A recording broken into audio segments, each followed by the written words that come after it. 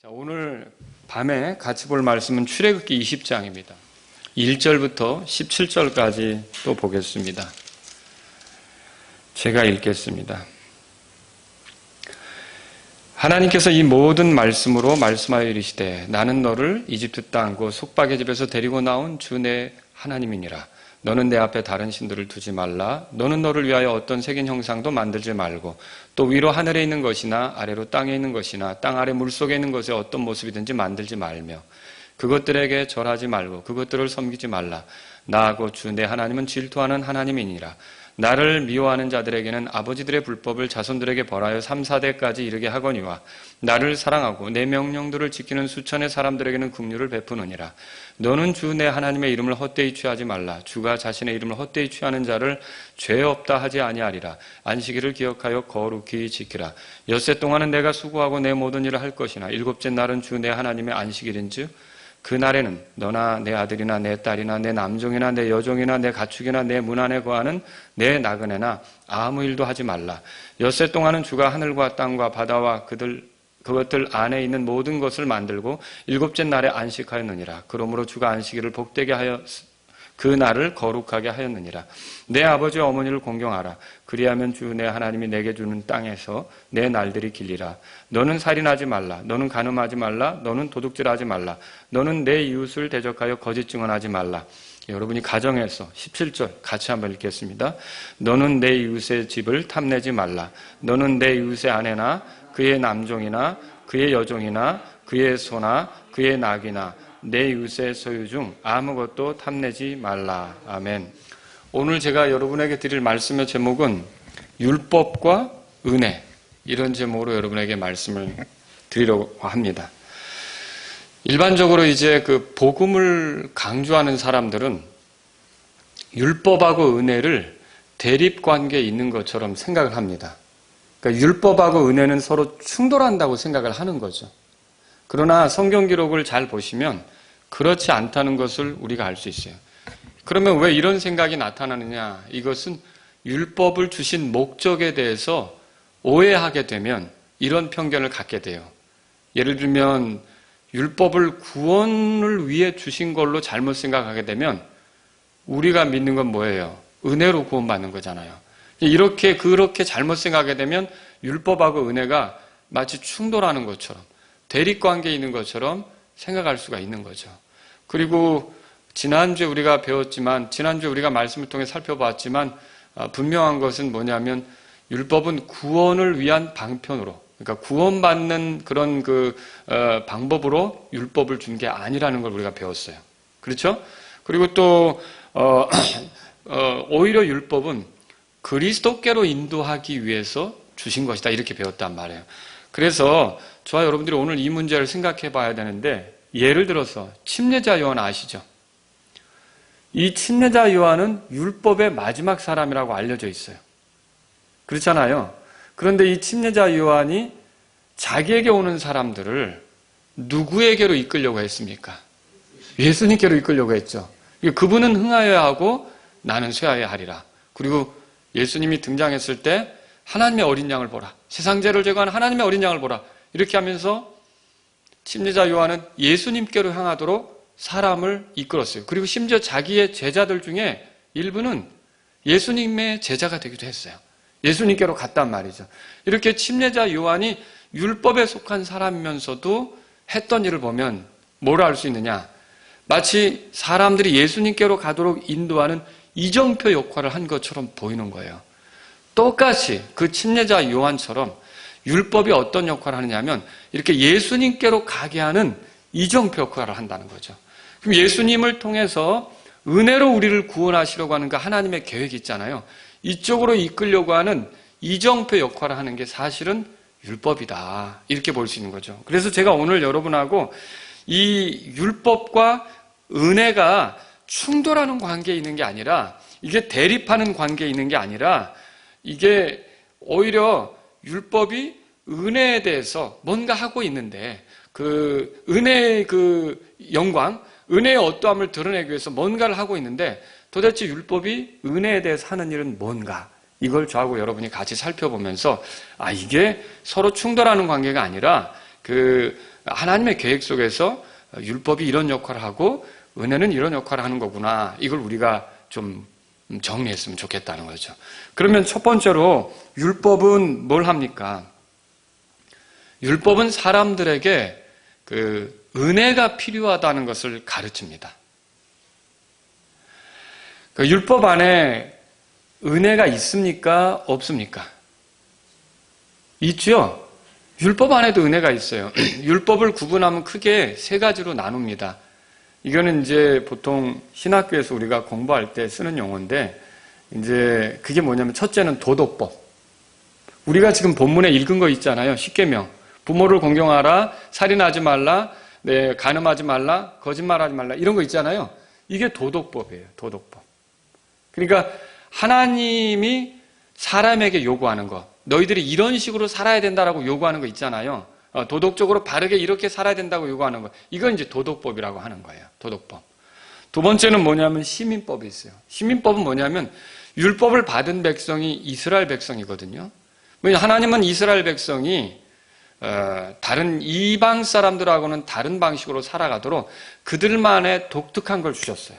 예를 들면 뭘 주셨냐면 안식일에 관한 거, 그 다음에 이제 절기에 관한 거, 이런 것들 이스라엘 사람들은 다른 민족 사람들이 지키지 않는 절기를 지키고 있단 말이에요. 유월절, 무교절, 뭐 있잖아요. 오순절. 이렇게 그 절기를 지키게 했다고요.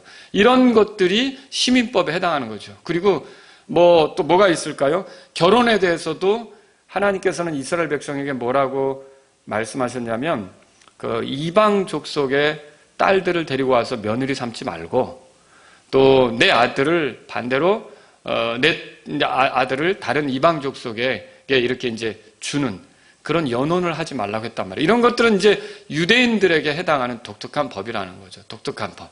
이런 거. 그 민족을 하나님께서 순수하게 유지하기 위해서, 그 구별해서 가기 위해서 그렇게 주신 법이라 할 수 있죠.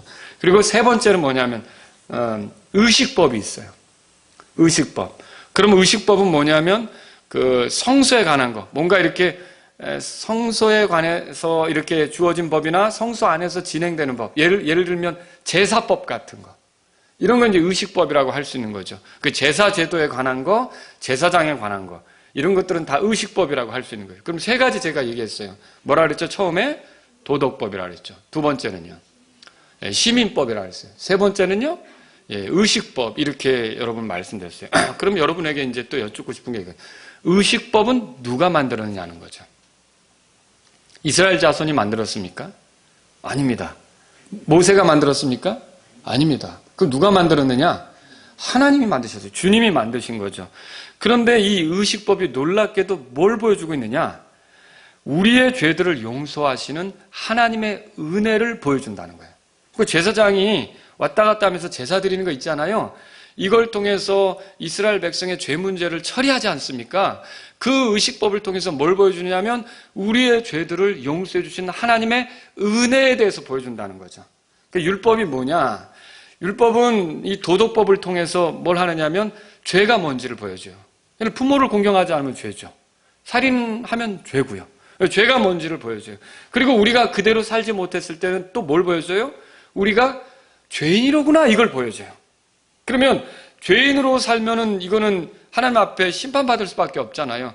그래서 율법은 또 뭘 보여주냐면 이 죄들을 안고 내가 그냥 살아가면 안 되고 죄들을 용서받아야 된다고 하는 필요성을 가르쳐줘요. 율법이. 그래서 결국 그 필요성을 느끼게 하는데 그 용서를 위해서라면 뭐예요? 희생 헌물이 드려져야 되고 희생 헌물에는 피가 있어야 된다. 이런 것까지도 율법이 다 가르쳐 주는 거예요. 그래서 피 흘림으로만 죄들의 용서가 이루어진다. 이런 것까지도 율법이 다 가르쳐 주는 거죠.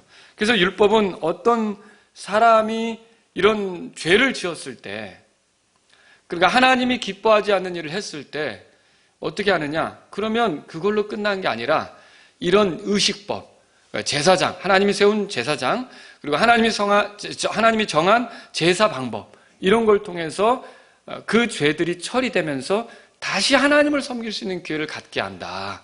이걸 보여주는 게 뭐예요? 율법이란 말이에요.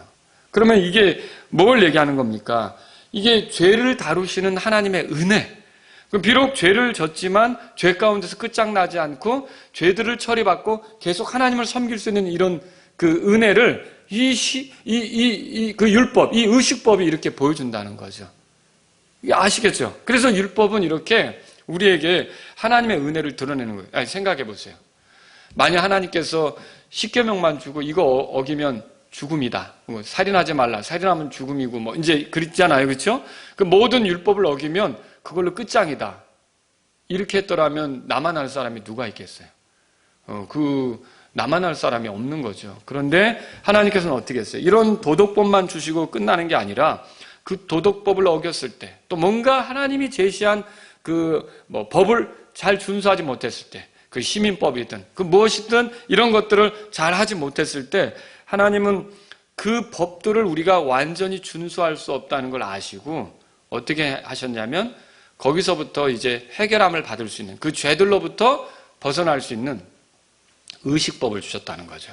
그러면 이 의식법이 뭘 보여주느냐?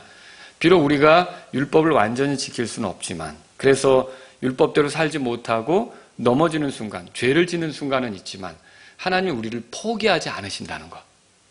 그 제사제도를 보라는 거예요. 제사장이 왜 있나 보라는 거예요. 성소가 왜 있나 보라는 거예요. 이런 것들은 결국 이스라엘 백성은 죄를 짓고 살 수밖에 없는데 그들을 그대로 끝내는 게 아니라 그런 가운데 있지만 끊임없이 하나님께서 희생을 통해 용서가 주어지고 그들이 하나님을 계속 섬길 수 있도록 하기 위해서 그게 있는 거잖아요. 그러면 그런 그 성소라든지 제사제도, 제사장제도 이런 것들은 다 뭘 보여주는 거예요? 하나님의 은혜를 보여주는 거예요. 긍휼을 보여주고 은혜를 보여주는 것이다. 이렇게 말할 수 있는 거죠. 그리고요, 또 이 의식법은요, 그 은혜를 보여줄 뿐만 아니라 이렇게 하나님이 끊임없이 죄인들을 품어주시고 부르신다는 그런 은혜를 보여주실 뿐만 아니라 앞으로 그리스도께서 오시면 하실 일이 뭔지도 보여주는 거예요. 그렇지 않습니까? 그 희생물, 이 의식법에서 사용하는 희생물, 제사 제도에 있는 희생물은 뭘 보여줍니까? 앞으로 하나님의 어린 양으로서 오실 그리스도를 보여주고 있는 거예요. 그 다음에 피 흘림. 우리가 제사를 드린다면 피를 흘리잖아요. 그건 앞으로 이 땅에 오셔서 죄인들을 위해 피 흘려주실 그리스도를 보여주고 있는 거예요. 그리고 또 대제사장 있잖아요. 그 피를 가지고 하나님 앞으로 들어가는 대제사장 있잖아요. 이건 뭘 보여줘요? 바로 이렇게 하늘 지성소에 들어가서 우리를 위한 속죄를 완결하실 그런 그리스도를 보여주고 있는 거죠. 그리고 또 제사장이 이 이스라엘 백성과 하나님 사이를 이렇게 중재하잖아요. 이건 뭘 보여주는 거예요? 하나님과 우리 사이. 우리는 더럽고 하나님은 거룩한데 이 사이를 이어주는 그리스도, 중보 사역을 하는 그리스도를 보여주는 것이라는 거죠. 그러니까 이런 그 율법에 있는 이런 제사 제도는 결국 누구를 보여주는 겁니까? 예수 그리스도를 보여주는 거죠. 그리고 예수 그리스도를 통해 궁극적으로 나타나게 될 하나님의 은혜, 이거를 보여주는 게 율법이다 할 수 있는 거죠. 이런 면에서 보면 그리스도께서 오시면 하실 일들을 보여주는 건데 이게 다 뭘 보여주는 거냐? 하나님의 은혜를 보여주고 있다고 말할 수 있는 거죠. 그러니까 저는 여러분에게 묻고 싶은 거예요. 율법은 은혜가 없느냐? 율법은 은혜가 완전히 배제된 거냐? 율법 안에는 은혜를 발견할 수 없느냐? 결코 그렇지 않다는 거죠. 오히려 율법 안에 은혜의 요소가 있고 은혜를 보여주는 게 있고 앞으로 있게 될 그리스도를 통한 은혜 있잖아요. 이것들을 그 암시해주고 보여주는 모형 같은 것들이 있다는 거죠. 자, 히브리서 9장을 펴보세요. 히브리서 9장. 그래서 여러분과 제가 그 율법에 대한 관점을 좀 달리하는 게 필요해요. 근데 제가 왜 이렇게 여러 주째 또 이런 말씀을 여러분에게 드리냐면 혹간 우리 가운데 왜 교회에서 자꾸 율법을 설교하냐? 은혜를 설교해야지. 왜 이거 하라 저거 마라 이런 설교를 하느냐? 은혜를 설교하면 우리가 알아서 하게 될 텐데 그게 아니라는 거죠. 이 율법하고 은혜는 충돌하는 게 아니라 율법은 뭐예요? 도덕법 같은 경우는 하나님이 뭘 좋아하는지, 하나님이 뭘 싫어하는지를 보여주잖아요. 하나님이 이거 하라. 그거 하나님이 좋아하는 거예요. 하나님이 이거 하지 마라. 그거 하나님이 싫어하는 거예요. 그러니까 하나님이 어떠하시냐를 보여주는 게 율법이기 때문에 우리는 율법을 들을 필요가 있는 거고 때론 우리가 율법을 어겼을 때는 또 하나님께서 제사법, 이 의식법 이런 걸 통해서 이스라엘을 구제해주고 다시 하나님께 서게 만들어주는 걸 통해서 하나님이 우리에게 베풀어 주신 은혜가 어떤 것인지를 볼 수 있단 말이에요. 그래서 우리로 하여금 이게 은혜가 필요하구나. 우리가 이렇게 율법을 잘 지키지 못하는 사람들인데 하나님의 은혜로만 우리가 되는 거구나. 이런 것들을 깨닫게 하기 위해서 율법을 주셨다는 걸 여러분이 알 필요가 있다는 거죠. 그 성경의 눈을 열 필요가 있어요. 그러니까 이게 편협한 생각을 가지면 율법은 내다버려야 될 것처럼 생각을 한단 말이죠. 결코 그게 아니란 말이에요. 제가 아파트에 입주하기 전에 제 아내하고 모델하우스에 들어갔었던 기억이 나요. 야, 좋겠다. 여기에 들어가 살면. 그래서 결국은 신청서를 썼고요. 신청서를 썼단 말이에요. 그 모델하우스를 보니까 단지가 어떻게 조성이 될지.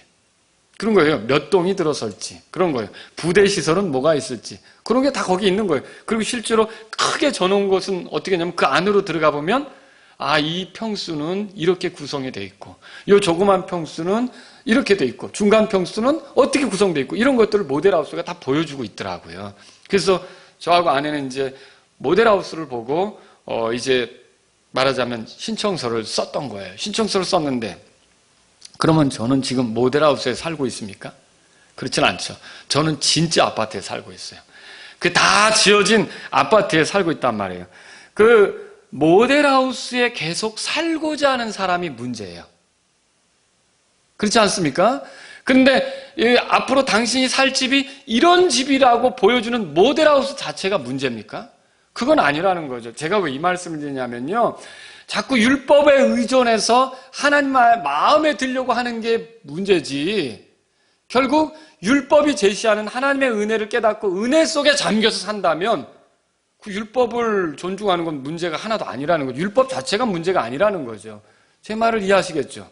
자, 히브리서 9장에 찾으셨으면 보세요. 히브리서 9장의 9절.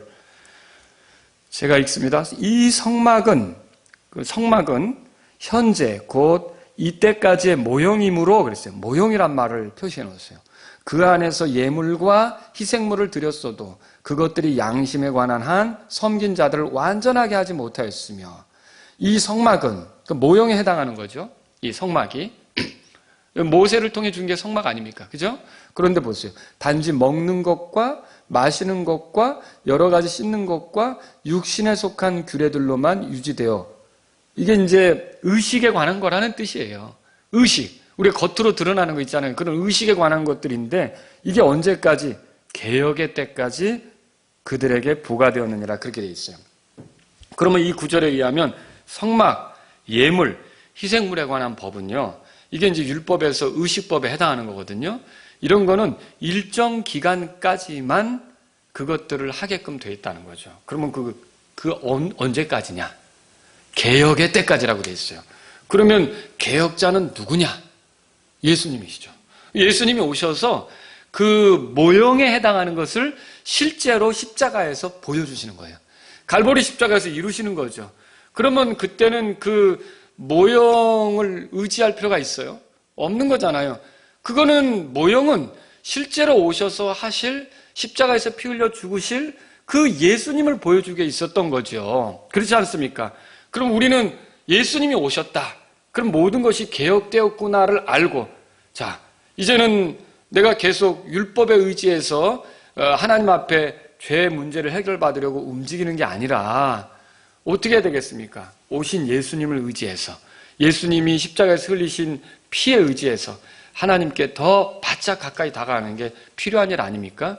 성경은 이렇게 모형, 개혁 이렇게 얘기하면서 이 율법의 문제는 특히 이 제사에 관한 문제 있잖아요. 성막에 관한 문제는 구약시대의 사람들이 그걸 통해서 앞으로 메시아가 오면 어떤 일을 하게 될지 이게 말하자면 그걸 이렇게 모형으로 받은 거고요. 실제로 예수님이 왔으니까 그 다음에는 이제 그거에 매일 필요가 없는 거고 개혁이 이루어졌으니까 예수님을 의지해서 하나님께 가면 된다는 거죠. 그런데 유대인들이 예수님하고 같이 지낼 때 예수님이 같이 유대인들하고 살 때 바리새인과 서기관들의 문제는 뭐였습니까? 그럼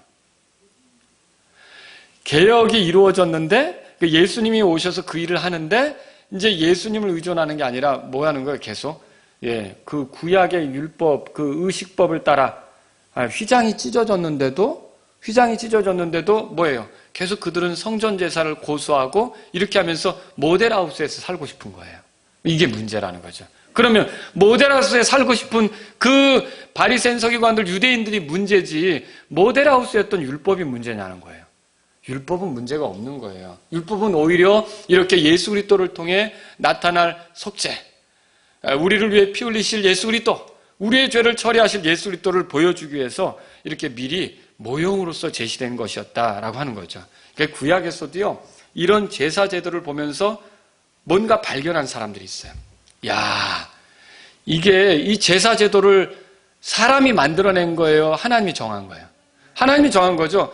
이게 제사 제도는 전적으로 하나님께로부터 온 거라고요. 그리고 이 사람들이 막 용서받으려고 애를 써가지고 알았어 하고 하나님이 주신 거예요? 그것도 아니에요.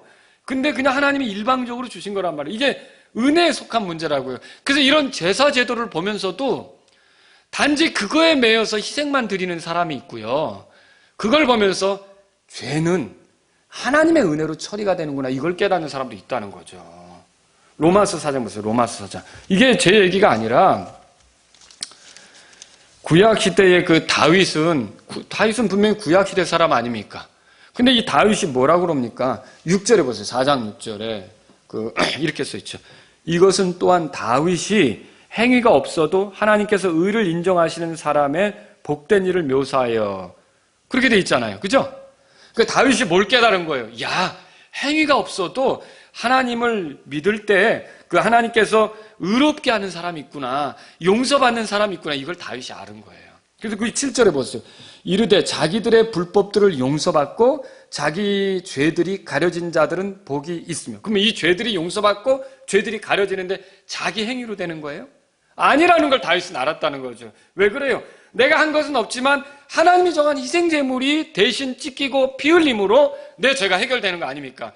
이거를 보니까 다윗이, 야, 내가 행한 것과 상관없이 하나님이 하시는 방법으로 내 죄가 해결되는구나, 이거 다윗이 깨달은 거죠. 그 다음에 8절 보세요. 주께서 죄를 인정하지 아니하실 사람은 복이 있도다 함과 같으니라. 그래서 이렇게 해서 주님이 죄를 인정하지 않을 사람이 있구나, 율법 시대도 이게 깨닫는 게 가능했다는 거죠. 그래서 여러분, 율법은 뭘 보여주는 거예요? 그리스도가 오시면 베풀어질 하나님의 은혜 있잖아요. 이걸 보여주기 위해서 율법이 사실은 제시된 거예요. 그래서 이 율법을 통해 하나님을 섬기면서 이런 은혜를 발견할 줄 아는 것이 정말 복인 거예요. 복인 거예요. 근데 이런 은혜를 발견하지 못하고 그저 뭐라 그럴까요? 그 율법에만 매여서 그걸 지켜가지고 자기 의로, 내가 이 잘 지킨 자기 의로 하나님께 인정받고 용서받고 구원받는다고 생각한다면 그거는 율법을 주신 목적을 제대로 이해한 겁니까? 그건 아니라는 거죠. 이거는 잘못 이해하는 거예요. 여러분은 코로나 바이러스 역병 때문에 지금 가톨릭 교회에서 그 외국에서 나온 건데 드라이브 스루 고해 성사라고 하는 거 들어보셨습니까?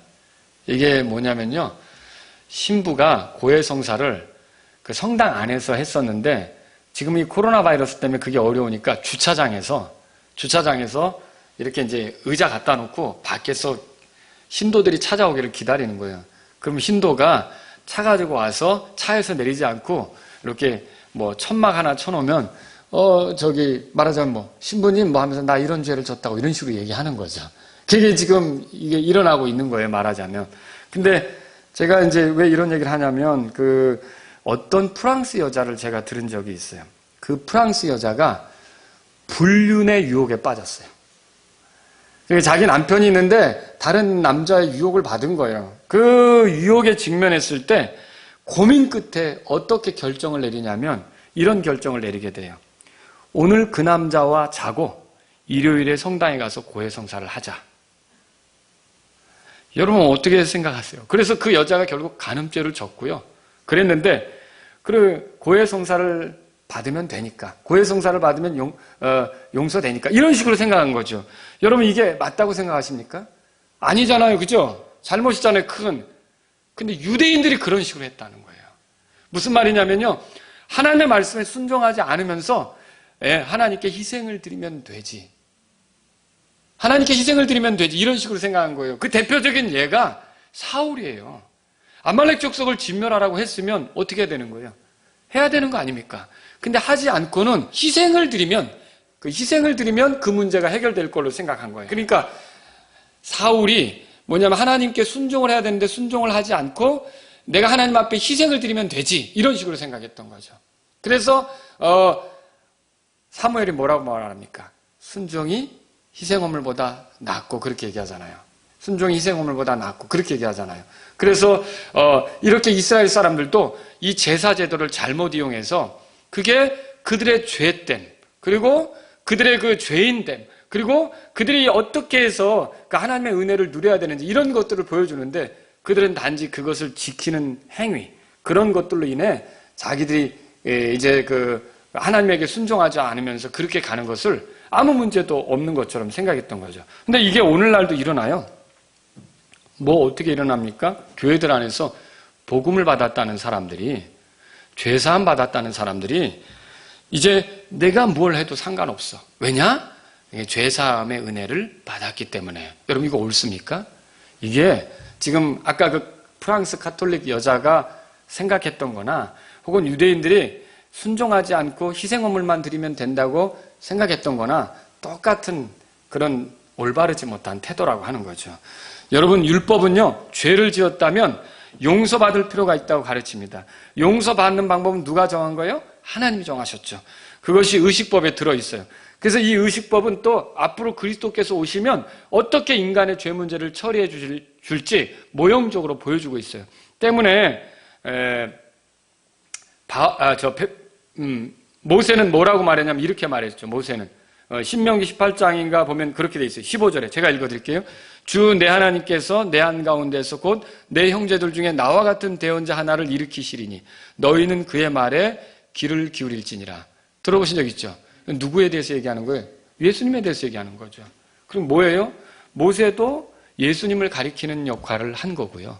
모세가 제시한 율법도 예수 그리스도를 통해 주어지게 될 은혜를 가리키는 역할을 하고 있다는 것을 보여주고 있는 거죠. 그래서 이 율법은 뭘 하는 겁니까? 율법은 은혜가 필요하다는 것을 가르쳐주고 있다는 거예요. 그러니까 이렇게 보면 율법하고 은혜가 대립하는 겁니까? 아니죠. 율법은 은혜로 향하도록 하는 이정표와 같은 역할을 하는 거라는 거죠. 그 율법을 제대로 이해하면 그렇게 되는 거예요. 또 두 번째로요, 율법은요, 은혜로만 구원받는다는 걸 가르쳐요, 또. 율법은 하나만 어겨도 전체를 어긴 거죠? 야고보서 2장 10절에 그렇게 써 있고요. 율법을 완전히 지킬 수 있는 사람 있습니까? 없죠? 그렇다면 율법 앞에서는 누구나 다 뭐가 돼요? 유죄가 돼요. 그렇죠? 율법의 요구는 높아요. 그리고 사람이 그 수준에 이르지 못하게끔 되어 있어요. 그러면 율법은 어떻게 하냐면 모두가 유죄라고 하는 것을 선언하는 거예요. 그 율법 앞에 서면 우리 모두는 피할 수 없는 거예요. 내가 하나님 앞에 완전치 않고 유죄가 된다, 이걸. 그래서 율법은 뭘 하느냐? 유죄가 되었다고 깨달은 사람들에게 이제는 그러면 그 상태로 있으면 안 되지. 죄들을 용서받아야지. 이런 의식법을 통해서 죄들을 용서받을 필요가 있다는 것도 가르쳐 주는 거죠. 그래서 이렇게 죄들을 용서받을 필요를 느낄 때 율법은 그 당시에는 모형으로 그렇게 돕지만 궁극적으로 어떻게 해요? 복음이 제시되면 복음으로 향하도록 이렇게 돕는 역할을 하는 게 사실은 율법이란 말이죠. 그래서 여러분이 율법은 이렇게 은혜로 구원받는다는 것만 가르치는 게 율법이라는 거예요, 사실은. 사람이 율법을 지켜 구원받는다고 생각한 게 문제지, 율법 자체는 어떤 용도로 주어졌느냐면 은혜로 구원받는다는 걸 가르쳐주기 위해서 율법이 주어진 거라니까요. 그러니까 율법하고 은혜는 충돌하는 게 아니란 말이에요, 사실은. 자, 율법의 요구는 높고 사람이 그 수준에 이르지 못할 때 사람으로 하여금 율법을 지키는 행위로는 구원받을 수 없다는 것을 가르쳐주는 거예요. 그럼 뭐예요? 내가 율법을 지켜서 유죄가 됐는데 또 율법을 지켜서 구원받으라고 하면 가능하겠어요? 어렵죠. 그래서 율법을 볼 때 뭘 느끼냐면 율법을 지키는 행위로는 안 되는구나를 깨닫게 하는 게 율법이란 말이에요. 이해하시겠죠? 그러면 그 율법은 뭘 합니까? 우리의 수고와 상관없이 하나님이 마련하신 은혜로운 방법, 이 제사제도, 그 모형이 보여주는 나중에는 예수 그리스도가 오셔서 십자가에서 피 흘리심으로 우리의 죄가 처리된다는 걸 이렇게 가르쳐 주려고 하는 게 사실은 율법이란 말이죠. 그러니까 제발 율법을 여러분이 경시하고 우리가 복음을 알면 율법 내다버려야 돼 이렇게 생각할 게 아니라는 거예요.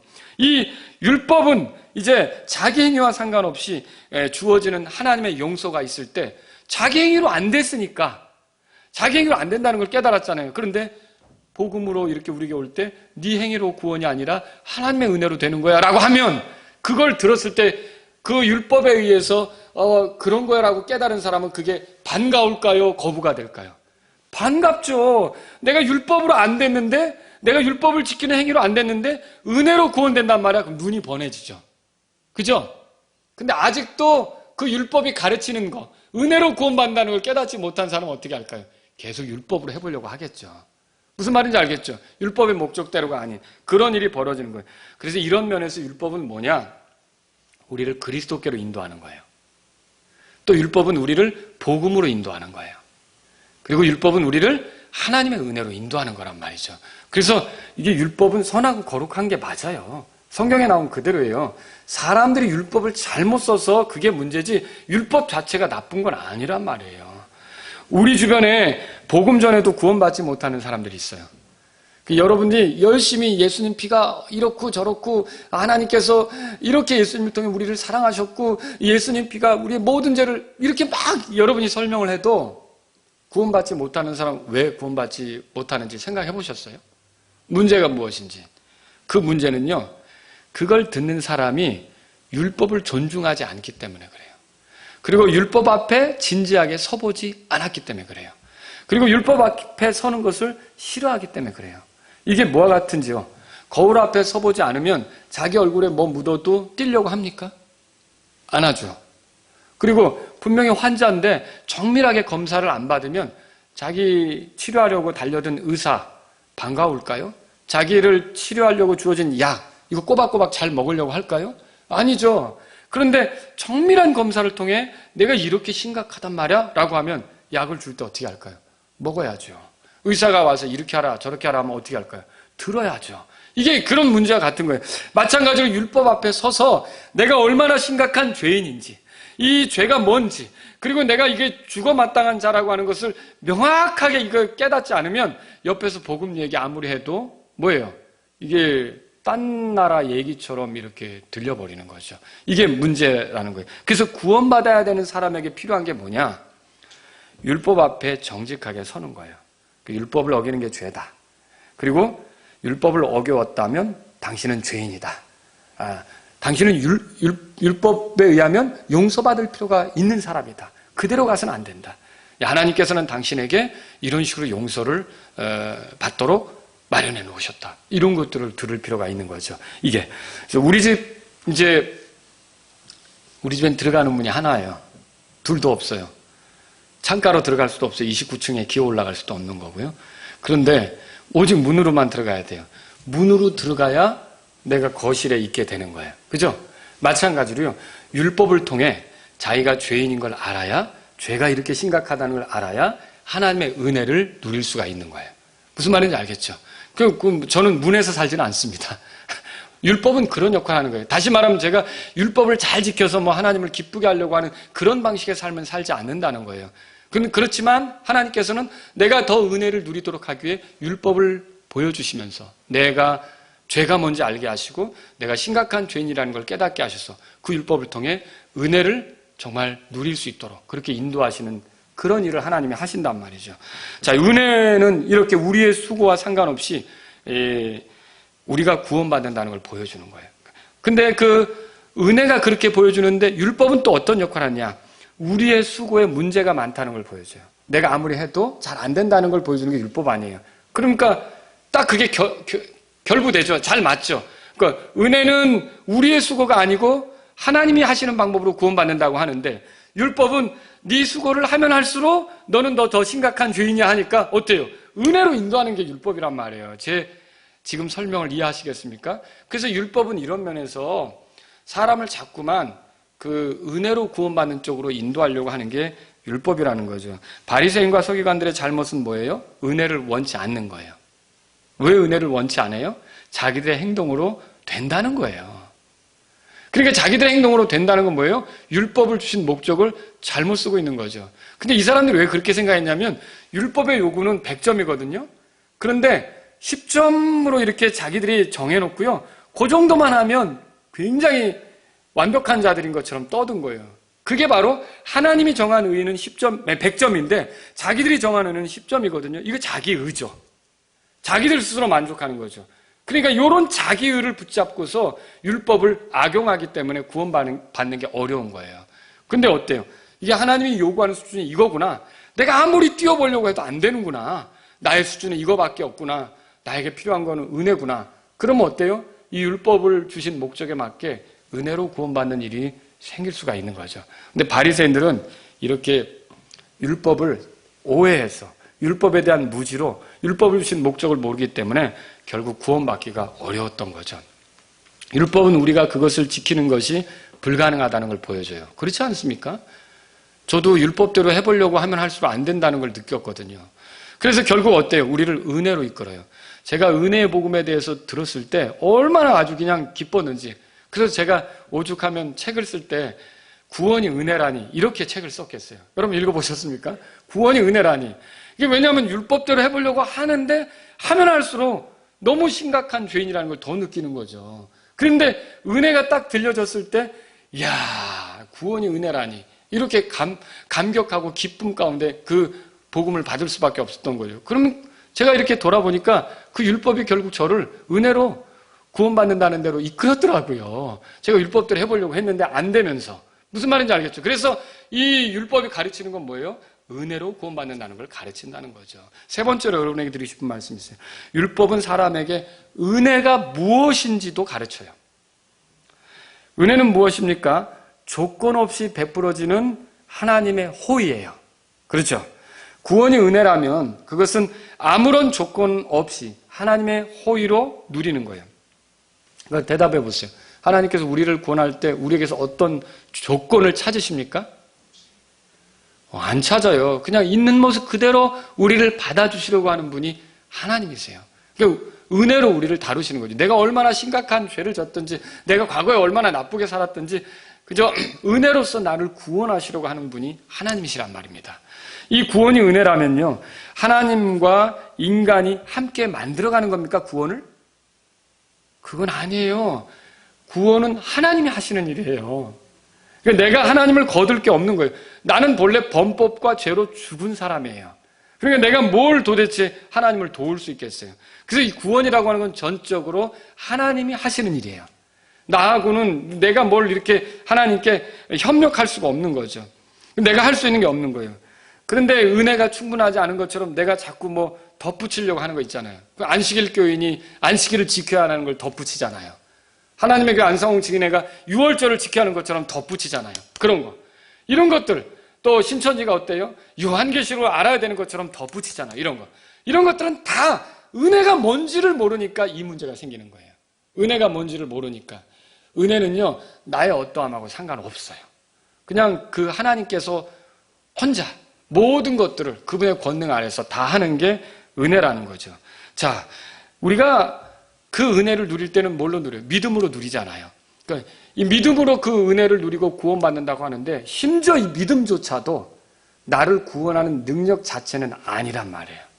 무슨 말인지 알겠죠? 그 능력이 내게 들어오도록 내가 구걸하는 게 믿음이지 그 믿음도 찬송받을 만한 주제는 아니라는 거죠. 대단히 여김받을 어떤 것도 아니라는 거죠. 우리에게서 찬송받으실 주제는 하나님의 은혜입니다. 하나님의 은혜만 높임받는 것이 맞다는 거죠. 이 율법은요, 내가 내 구원에 대해서 할 수 있는 게 없다는 걸 보여줘요. 그렇지 않습니까? 율법을 자꾸 어기게 되잖아요. 넘어지게 되잖아요. 그래서 율법을 지키려고 하면 할수록 뭘 느낍니까? 내가 구원에 대해서 할 수 있는 게 없구나. 나는 자꾸만 넘어지는 사람이구나. 성경에도 그렇게 써 있어요. 시편 39편에 보면 사람은 최선의 상태에서도 헛될 뿐이다. 그렇게 말하고 있어요. 그러니까 우리 힘으로 구원되는 게 아니죠. 그 다음에 우리가 아무리 의를 이제 드러낸다고 해도 이사야서 64장 보면 우리 의를 더러운 누더기 옷에다 비유했어요. 그리고 바울은 빌립보서 3장 같은 데 보면 의에 대해서 설명하면서 뭐라 그랬냐면 자기가 그렇게 의로 여겼던 것, 열심히 했던 것을 다 배설물로 여겼어요. 이렇게 본다면 우리의 수고로 뭔가 구원을 얻고 하나님 앞에 받아들여주고 한다는 건 생각할 수 없는 일이란 말이죠. 이건 전적으로 하나님께서 은혜로 하시는 거예요. 그래서 은혜가 뭐냐? 내게서 나는 게 아니고 누가 나에게 주는데 값없이 그냥 주는 게 은혜예요. 여러분, 그 구원이 은혜라면요, 이게 구원이 내게서 나는 겁니까? 그렇지 않다는 거죠. 이건 전적으로 하나님의 사랑, 하나님의 긍휼에 의해서 나는 거예요. 내 권능이 아니며 그분의 권능이고 내 지혜가 아니고 그분의 지혜에 의해서 주어지는 거예요. 구원이 은혜라면 우리가 구원받는 것은요, 구원받을 만한 자격이 있어서가 아니라 그것과 상관없이 그 전적으로 하나님의 호의 때문에 받는 것이 구원이라는 걸 믿으셔야 되는 거죠. 이게 은혜예요. 율법은 그래서 자꾸만 우리 넘어지는 걸 보게 하면서 우리가 무기력한 존재라는 걸 깨닫게 하는 거예요. 내가 율법을 다 완전히 지켜낼 수 없는 그런 그 무기력한 존재라는 걸 알게 하는 거죠. 이런 무기력한 존재니까 나를 온전케 하는 것, 나를 구원하는 건 내 안에 없구나. 이걸 발견하게 하는 게 율법이에요. 그래서 율법은 어떤 걸 합니까? 결국 이제 은혜, 이 은혜가 해답이다. 이런 것들을 가르쳐 주려고 하는 게 율법이라고 하는 거죠. 그래서 여러분과 제가 이렇게 은혜로만 하나님께 받아들여지는 것을 알도록 마련된 게 사실은 율법이라는 거예요. 율법. 자, 율법은 복음으로 주어질 은혜가 또 어떤 내용인지도 보여줘요. 그 히브리서 9장에 보시면 이런 말이 있죠. 22절에 율법에 따라 거의 모든 것이 피로써 깨끗하게 되나니 그러면 피 흘림이 없은즉 사면이 없느니라 그랬잖아요. 그러면 이게 율법 얘기를 하면서 이 얘기를 하는데 뭐예요? 피 흘려야만 죄들을 용서받는다. 이거 율법 아닙니까? 그 율법대로 예수님이 와서 피 흘린 거 아니에요. 우리 죄들이 용서된다. 그거 피 흘림으로 그거 아닙니까? 예수님 피로 우리 죄가 용서된 거 아니에요. 율법이 뭘 보여준 거예요? 사실은 예수님이 오셔서 하시게 될 이 죄 용서의 모습을 율법이 다 보여주는 거죠. 그러니까 이게 율법은 은혜다. 은혜가 이거다. 네 안에 없는 거고 하나님이 정한 구원자 그리스도, 하나님의 어린 양인 그리스도를 통해 내 죄가 해결된다. 이걸 보여주는 게 사실은 율법이라는 거죠. 자, 그래서 저와 여러분들은요, 이 율법이 은혜가 뭔지도 보여준다는 걸 알 필요가 있다는 거죠. 여러분, 율법은 내 힘으로 하나님을 기쁘게 하는 것이 불가능하다는 것을 계속 드러내 보여주는 거예요. 오히려 더 유죄 속에 있게 하는 거죠. 정죄 속에 있게 하는 거죠. 율법이 그런 역할을 하잖아요. 자꾸 해보려고 하면 해보세요. 율법대로 살려고 하면 그게 되는가. 자꾸만 넘어지고 안 된다는 걸 더 발견하게 되겠죠.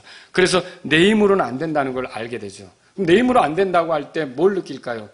이거 내가 완전히 이렇게 내 힘으로는 할 수 없구나. 그래서 하나님을 기쁘게 하려면 새로운 본성이 필요하구나. 이것도 말하자면 우리에게 가져다 주는 거예요. 율법이. 근데 복음은 어때요? 복음은 사람을 거듭나게 해요. 베드로전서 1장 23절에서 25절에 보면 복음의 말씀을 우리가 거듭나는 거예요. 썩지 않을 씨. 복음의 말씀으로. 그 복음으로 거듭나면 어때요? 이 복음은 사람에게 성령님을 허락하셔요.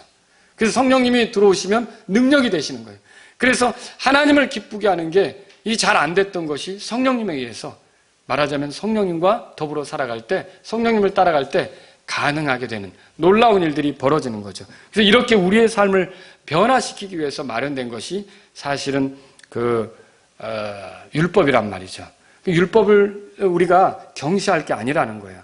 자, 오늘 죄가 무엇인지 모르는 사람에게 은혜가 의미가 있겠습니까? 정죄된 적이 없는 사람에게 은혜가 의미가 있겠습니까? 또 용서받을 필요성을 갖지 못한 사람에게 용서받아야 된다. 이 필요성을 갖지 못한 사람에게 은혜가 의미가 있겠냐고요. 그러니까 자신의 힘으로 용서받을 수 없다는 것을 깨닫지 못한 사람에게 은혜가 의미가 있겠냐고요. 그때는 은혜가 그 사람에게는 의미가 없는 거예요. 그 사람이 은혜를 차버리겠죠. 근데 그 사람에게 이게 의미가 있어지려면, 그러니까 은혜가 의미가 있어지려면 어떻게 돼요? 죄인이라는 걸 알아야죠. 그리고 자기가 용서받을 필요가 있다는 걸 알아야 되죠. 그리고 자기 힘으로 안 된다는 걸 알아야 되죠. 하나님의 은혜로만 된다는 걸 알아야 되죠. 근데 이걸 해주는 게, 이렇게 만들어주는 그게 뭐라고요? 그러니까 율법이라는 거예요. 그럼 이렇게 정리해보니까 어때요? 율법하고 은혜가 싸웁니까? 아니죠. 율법이 은혜를 지금 돕고 있는 거잖아요. 그러니까 이게 율법하고 은혜를 대립관계에 있다고 생각하면 여러분이 성경을 잘못 보신 거라니까요. 그렇게 되면. 그러므로 율법은 은혜가 필요하다는 걸 알려주고요. 은혜로만 구원된다는 걸 알려주고요. 은혜가 무엇인지도 알려주는 게 율법이란 말이에요. 그래서 만일 우리가 복음을 전해도 잘 듣지 못하는 사람이 있다면 그 사람의 문제가 뭐냐? 율법 앞에 서보지 못한 거예요. 그럼 그 사람을 돕는 게 뭐냐? 먼저 율법 앞에 서도록 도와줘야 되는 거예요. 그럼 어떻게 됩니까? 우리가 먼저는 그 사람의 혼을 위해서 기도해야겠죠. 두 번째는요, 어떻게 되냐면 우리가 율법을 존중하는 삶으로 그 사람 앞에, 그 사람 옆에 같이 살아가야 되는 거예요. 그럼 그 사람이 우리를 볼 때 우리가 존중하는 율법에 의해서 자기가 비춤을 받으면서 어떻게 할까요? 자기가 죄인이라는 걸 알게 되고 나도 용서받을 필요가 있다는 걸 느끼기 시작하면 우리가 은혜의 복음을 전할 때 그 사람이 어떻게 할까요? 귀를 열기 시작하겠죠. 이런 것들이 필요하다는, 그래서 거룩한 삶이 필요한 거예요. 그래서 거룩한 생활을 해야 전도가 더 효과적이 된다는 거예요. 예수님의 전도 방법이 그런 거였어요. 이 예수님이 드러나면 사람들이 뭘 느꼈느냐? 자기 죄를 느껴요. 베드로가 주여 나는 죄 많은 사람입니다. 이렇게 하잖아요. 그러니까 예수님이 나타나면 예수님의 그 순결한 삶으로 인해 사람들이 자기 죄를 느끼기 시작하는 거예요. 그래서 어떤 사람은 그 죄를, 그 순결함을 덮어버리려고. 왜냐하면 그래야 자기가 편하니까 예수님을 핍박하는 거고, 어떤 사람은 반대로 엎드려서 어떻게 하면 자기도 용서받을 수 있는지, 구원받을 수 있는지 십자가의 강도처럼 묻는 거고요. 이런 일이 생기는 거라는 거죠. 그래서 여러분과 제가 예수님의 방법으로 전도하려면 우리가 이 율법을 존중하는 거룩한 삶으로, 말하자면 도덕적으로 우리가 더 하나님 말씀에 따라 순결하게 살아가려고 하는 그런 성령님의 이끄심을 따라 그렇게 삶으로써 사람들이 우리를 볼 때 내가 뭐가 문제가 있구나, 내가 이렇게 사는 것이 합당치 않구나, 내가 이렇게 살면 이거 안 되는 거구나, 내가 어떻게 하면 이 죄 가운데 용서받을 수 있을까, 이런 걸 느낄 수 있도록 도와주셔야 된다는 거죠. 그게 바로 올바른 전도 방법이 되는 거예요. 오늘 우리가 내릴 수 있는 결론은 이거예요. 율법과 은혜는 대립되지 않는다는 거죠. 여러분의 생각을 바꾸셔야 돼요. 은혜로 구원받는다는 이유로 율법을 내던져야 된다. 이거 옳지 않은 겁니다. 그래서 율법을 알아야만 은혜로 나아가게끔 돼 있고요. 율법은 은혜와 경쟁하기 위해서 주어진 게 아니란 말이에요. 먼저 복음을 주고 한번 경쟁 상대로 율법을, 아브라함에게 복음을 주고 경쟁 상대로 모세에게 율법을 준 게 아니란 말이죠. 이 아브라함에게 주셨던 복음이 더 효과적으로 사람들에게 말하자면 들어갈 수 있도록, 그 사람들이 그 복음의 은혜를 누릴 수 있도록 이 율법을 주셔서 그 사람들에게 죄를 알게 하고 용서받을 필요가 있다는 걸 알게 하고 자기 힘으로 안 된다는 걸 알게 하고, 이렇게 하는 게 율법의 일이었다고 하는 거죠. 그래서 여러분 저한테 율법에 대해서 설교하지 말라고 말하면 안 되는 겁니다. 율법에 대해서 말하지 말라고, 은혜에 대해서만 설교하라고 이렇게 말하면 여러분 잘못입니다. 그게 바로 성경을 편협하게 보고 있는 증거예요. 그래서 여러분과 저는요, 은혜에 대해서 말할 때는 아멘 하시고, 율법에 대해서 말할 때는 또 율법이 보여주는 말을 따라 우리가 하나님의 어떤 분이신지도 알고 그 속에 담겨있는 하나님의 은혜를 깨달으면서 더 은혜로 살아가려고 하는 게 맞다는 거죠. 근데 이 생각이 편협해가지고 율법에 대해서 말하면 종교 얘기하네, 이거 문제라는 거죠. 여러분과 저는요, 하나님이 그 율법을 주신 하나님이 복음도 주셨고 복음을 주신 하나님이 율법도 주셨다는 걸 알아야 돼요. 다 하나님의 영광으로서 그렇게 만드셨다는 걸 알아야 돼요. 그렇지만 우리가 분명히 할 건 뭡니까? 율법으로 구원받습니까? 아니죠. 율법으로 구원받는 거 아니에요. 은혜로 구원받습니다. 그런데 율법은 은혜로 구원받도록 이렇게 사람을 은혜로 이끄는 거죠. 율법 앞에 서야 되는 거예요. 그래서 사람이, 여러분이 성령님을 존중한다면요, 성령님은 하나님의 뜻을 이렇게 기쁘게 따르게 하거든요. 근데 율법은 하나님의 뜻이 뭔지를 보여주고 있어요. 거짓말하지 말라, 살인하지 말라, 간음하지 말라, 그게 하나님의 뜻이란 말이에요. 그러면 우리는 나는 성령님을 존중하지만 그건 나랑 상관없어, 율법이니까, 이렇게 할 겁니까? 그거 아니죠. 오히려 성령님은요, 하나님의 뜻을 기뻐하게 만들고요, 그런 또 율법은요, 하나님의 뜻이 뭔지를 제시하고요, 그래서 우리로 하여금 율법의 완성인 사랑으로 나아가게 하는 거 아닙니까? 그러면 여러분이 구원받았다면요, 제발 율법을 경시하는 신앙 태도를 갖지 마세요. 그건 올바르지 않습니다. 율법을 존중하고 율법이 보여주는 은혜가 뭔지를 알고 그 은혜에 더욱 잠기려고 하시고, 여러분이 문지방에 사는 건 아니고 거실에 살잖아요. 그런 것처럼 그러니까 율법을 통해서 우리가 은혜를 알면 더 은혜를 추구하고 은혜를 누리고 이런 삶이 될 수 있기를 주의 이름으로 바랍니다.